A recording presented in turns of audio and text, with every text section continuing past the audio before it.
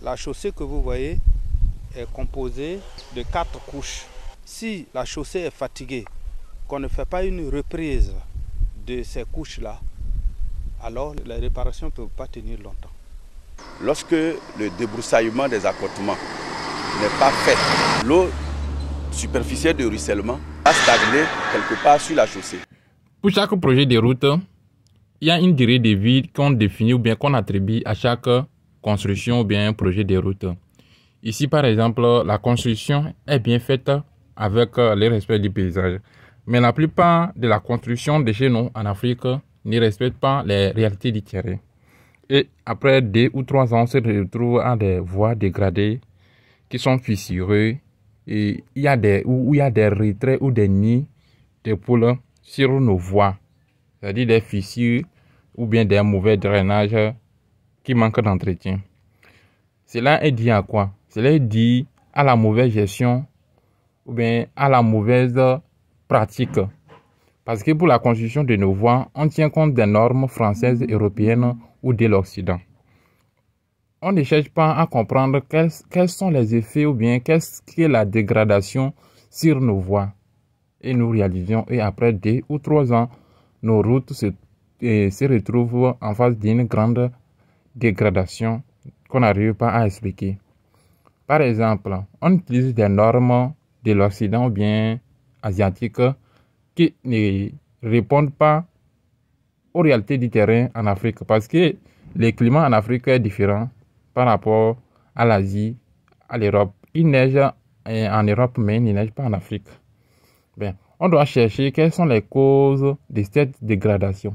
Pour cela, je vais essayer de définir qu'est-ce que la dégradation, quelles sont les causes de la dégradation, quels sont les types de dégradation, quelles sont les solutions à apporter pour éviter les dégradations sur nos voies en Afrique. C'est quoi alors la dégradation? La dégradation des routes en Afrique est un problème complexe qui est influencé par la combinaison des facteurs naturels, humains et économiques. Les principales causes incluent des séchages des véhicules ou les conditions climatiques, le manque d'entretien et des erreurs de conception. Causes de la dégradation.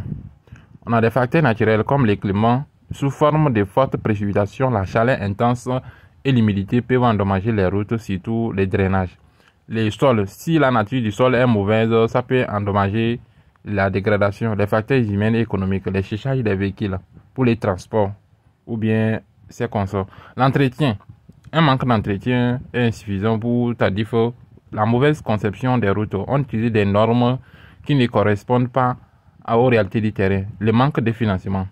Les investissements insuffisants, c'est-à-dire pour la construction et l'entretien des routes, limitent la capacité de maintenir un réseau routier de qualité. Les conséquences de la dégradation, les conséquences négatives sur l'économie, la sécurité routière et la qualité de vie. Elle entrave la mobilité et augmente les coûts des transports. Comme ici. Ici, vous voyez, il y a un trou. Je dis le trou, c'est une voie qui est dégradée. Et vous allez voir que les bitumes est retiré.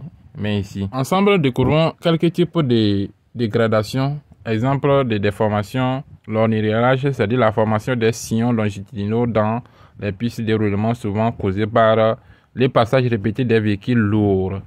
On a des flashs, ce sont des déformations localisées à la surface. Les affaissements, c'est-à-dire des déformations plus importantes. Les fissurations, on a des fissurations longitudinales et c'est-à-dire des fissures parallèles à l'axe, les fissures transversales, fissures perpendiculaires à l'axe, les fissures en peau de crocodile, c'est-à-dire c'est un peu grillonté comme ça là. Vous allez voir, si vous roulez, ça va vous vibrer. C'est-à-dire l'arrachement, nid de poules cavité formée. Il y a les pélades, arrachement des couches des surfaces, les ressiages, c'est-à-dire les remontées des bitumes. Autres dégradations comme tôle ondulée, ravinement, ossure. Ces dégradations peuvent être causées par des divers facteurs, notamment le trafic, les conditions climatiques, la qualité des matériaux utilisés et l'entretien des réseaux routiers. Les techniques de réparation, c'est-à-dire on a le colmatage des fissures. Il s'agit d'une technique préventive pour imperméabiliser la chaussée et éviter les bouchages des trous, nids de poules. Les nids de poules peuvent être, c'est-à-dire réparés par des applications d'enrobés et à les reprofilages aussi. Nous avons aussi les purges. Si la dégradation est importante, une purge peut être nécessaire. La rénovation de la couche de roulement, les traitements de vivres, l'enrobé projeté. C'est une technique qui permet de réparer rapidement, c'est-à-dire en durable de projetant des mélanges.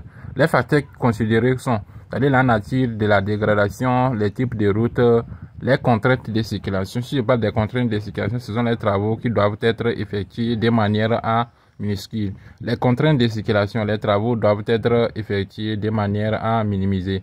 C'est-à-dire les budgets disponibles aussi. L'entretien préventif des routes.